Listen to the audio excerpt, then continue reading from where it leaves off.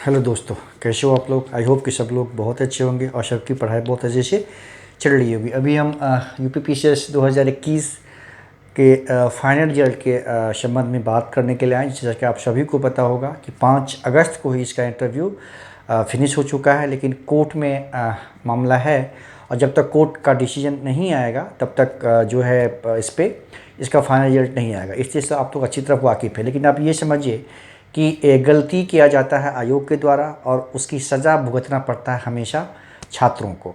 अब आयोग के द्वारा किए गए गलती का ये परिणाम है कि आयोग ने जब उस समय जो आरक्षण जैसे वैसे जो 3 तारीख को जो डिसीजन आया था कि फिर से हाईकोर्ट का सिंगल बेंच का कि फिर से पीटी का रिवाइज रिजल्ट देने के लिए और फिर से मेंस करवाने के लिए, तो उस समय 2 दिन इंटरव्यू बचा हुआ था। तो आयोग ने इंटरव्यू कंटिन्यू रखा क्योंकि 2 ही दिन इंटरव्यू बचा हुआ था। ठीक है, उस समय आपको याद होगा कि आयोग जो भी छात्र इंटरव्यू देने जा रहे थे, आयोग के जो चेयरमैन थे वो सबसे मिल रहे थे और बाहर आके और बोल रहे थे कि आप लोग परेशान मत होइए, आप लोग का रिजल्ट आ जाएगा, क्योंकि ये कोई मामला नहीं है, बस ये 1-2 हियरिंग में ये कोर्ट में डबल बेंच में हम लोग जा रहे हैं। सरकार यानी आयोग का डबल बेंच में जाएगी और आयोग के फेवर में डिसीजन आ जाएगा। लेकिन देखिए 5 अगस्त के बाद आज सितंबर का 5 तारीख है, 1 महीना लगभग हो चुका है और अभी तक इस संबंध में कोई भी डिसीजन नहीं आया है। और 5 तारीख को हियरिंग है, उसमें क्या होना है नहीं होना है वो तो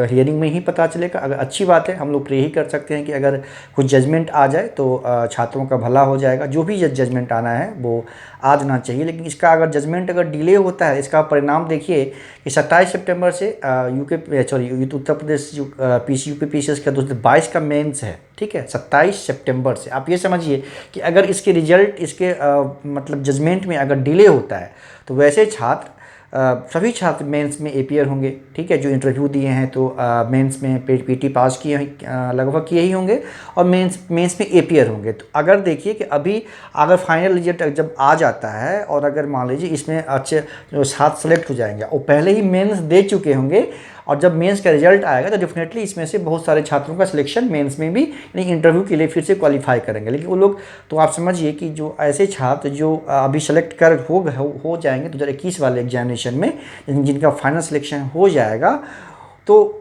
जो अभी अगर पहले रिजल्ट आ जाता तो नए बच्चों का रिजल्ट होता, वो नए बच्चों को नए छात्रों को इंटरव्यू देने का मौका मिलता। तो उसके साथ तो नाइंसाफ़ी तो हो ही जाएगी ना कि ये छात्र अभी सफल हो जाएंगे लेकिन मेंस दे लेंगे, लेकिन इंटरव्यू उस समय देंगे नहीं देंगे। अगर अच्छा रैंक आ जाएगा तो इंटरव्यू नहीं देंगे। तो समझिए जितने छात्र इंटरव्यू छोड़ेंगे उतने नए छात्रों का उसमें एंट्री होता और नए छात्रों को में इंटरव्यू देने का मौका मिलता, उनको सिलेक्शन की संभावना उनकी बनती, उनका जॉब होने के चांसेस होते। लेकिन अगर इसके जजमेंट में अगर डिले होगा तो एक अच्छी खासी संख्या स्टूडेंट की होगी जो मुख्य परीक्षा सफल होने से वंचित हो जाएंगे। जो नए छात्र सफल होते, अगर इन लोगों का रिजल्ट पहले आ जाता तो ये लोग मेंस नहीं देते। अगर अच्छा रैंक आ जाता तो डेफिनेटली मेंस नहीं देते, तो नए छात्रों का रिजल्ट होता। अब देखिए डिले इसमें क्या है, जैसा आपको पता है कि समस्या आप लोग अच्छी तरह से वाकिफ़ होंगे कि समस्या बेसिकली है क्या।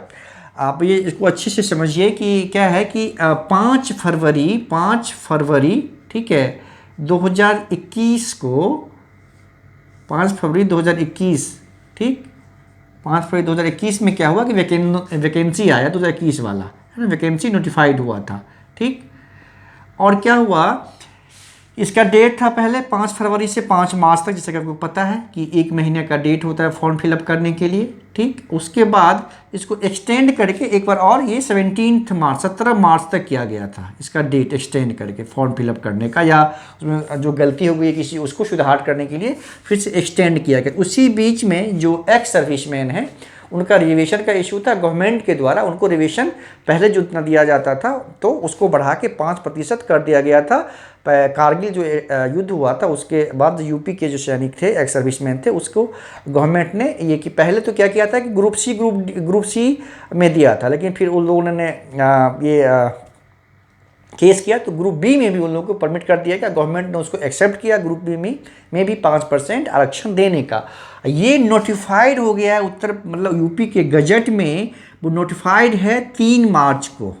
ठीक है, 3 मार्च को। तो फॉर्म फिलअप के अंतिम डेट से पहले, अगर ये भी मानिए आप अगर अंतिम डेट, तो इससे पहले ही 3 मार्च को ही यूपी के गजट में एक्स सर्विसमैन को 5% आरक्षण देने का प्रावधान कर दिया गया था।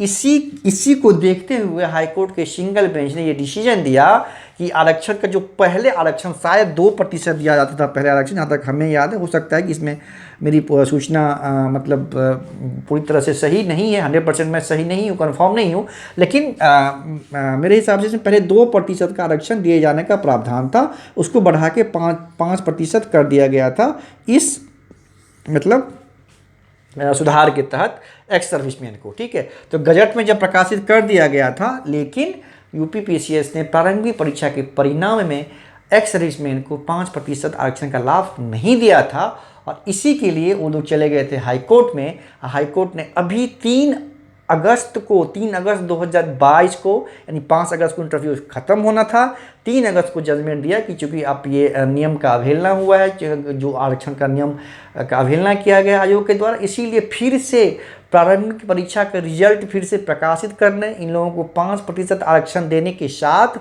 उसके बाद फिर से मुख्य परीक्षा करवाने के लिए, मतलब पीटी का रिजल्ट देना, फिर मुख्य परीक्षा करवाना, फिर मुख्य परीक्षा का परिणाम देना, फिर इंटरव्यू देना, कितना बैक चला जाएगा। तो आयोग को उसी समय इसको दे देना चाहिए था, है ना। यह गलती आयोग के द्वारा किया गया, एकदम 100% गलती आयोग की है, लेकिन सज़ा किसको मिल रहा है? छात्रों को। अब उस छात्र का अब परिस्थिति समझिए, जो इंटरव्यू दिए हैं, रिजल्ट फाइनल रिजल्ट उनका आ चुका होता, जैसे 5 तारीख को इंटरव्यू फिनिश हो गया, तो मैक्सिमम 10 डेज में फाइनल रिजल्ट आ जाता, तो आप समझिए कि 15-20 अगस्त तक उन लोगों का फाइनल रिजल्ट आ जाता। तो वैसे छात्र अगर जो सफल हो जाते और अच्छे रैंक के साथ सफल होते, तो डेफिनेटली 2022 वाला मेंस वो लोग नहीं देते, वो लोग क्विट करते 22 वाला मेंस। तो डेफिनेटली जितना रिजल्ट बनेगा 2022 के मेंस का जब परिणाम आएगा, तो एक नए छात्रों की, तो नए छात्र सफल होते हैं ना, नए छात्रों को इंटरव्यू देने का मौका मिलता है ना, उनकी सफलता का चांसेस होता है ना।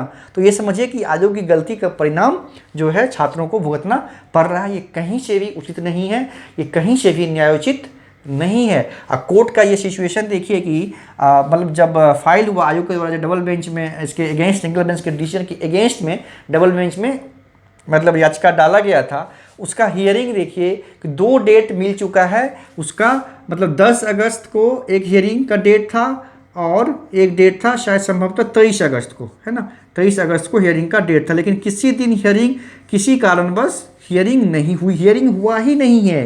इसमें डेट मिला लेकिन हियरिंग हुआ ही नहीं, और अब 23 अगस्त को जो है इसका डेट दिया गया है 5 सितंबर को। ठीक है, 5 सितंबर को है, यानी कल जो है, यानी आज ही समझिए इसकी हियरिंग की डेट है, आज हियरिंग होना है हाई कोर्ट के डबल बेंच में। अब देखिए उसमें क्या होता है।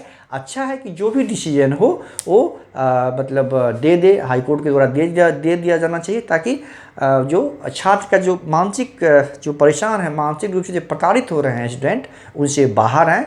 तो उम्मीद करते हैं और ये प्रार्थना कर सकते हैं हम लोग कि बस यही है कि कल डिसीजन, जो 5 सितंबर को सुनवाई है, हियरिंग है, उसमें जो भी हो जजमेंट आ जाए, ताकि सभी को इससे मुक्ति मिले और राहत मिले। ये न्यूज़ था आप लोगों के लिए कि आयोग की गलती, देखिए गलती आयोग के द्वारा किया जाता है, और इसका जो परिणाम है वो सिर्फ छात्रों को भुगतना पड़ता है। तो ऐसा नहीं किया जाना चाहिए, कहीं से भी उचित नहीं है। चलिए ठीक है, धन्यवाद। यही बताना था। अगर कुछ और इस संबंध में कल अगर कुछ अपडेट, नई सूचना आती है, कुछ जजमेंट होता है, तो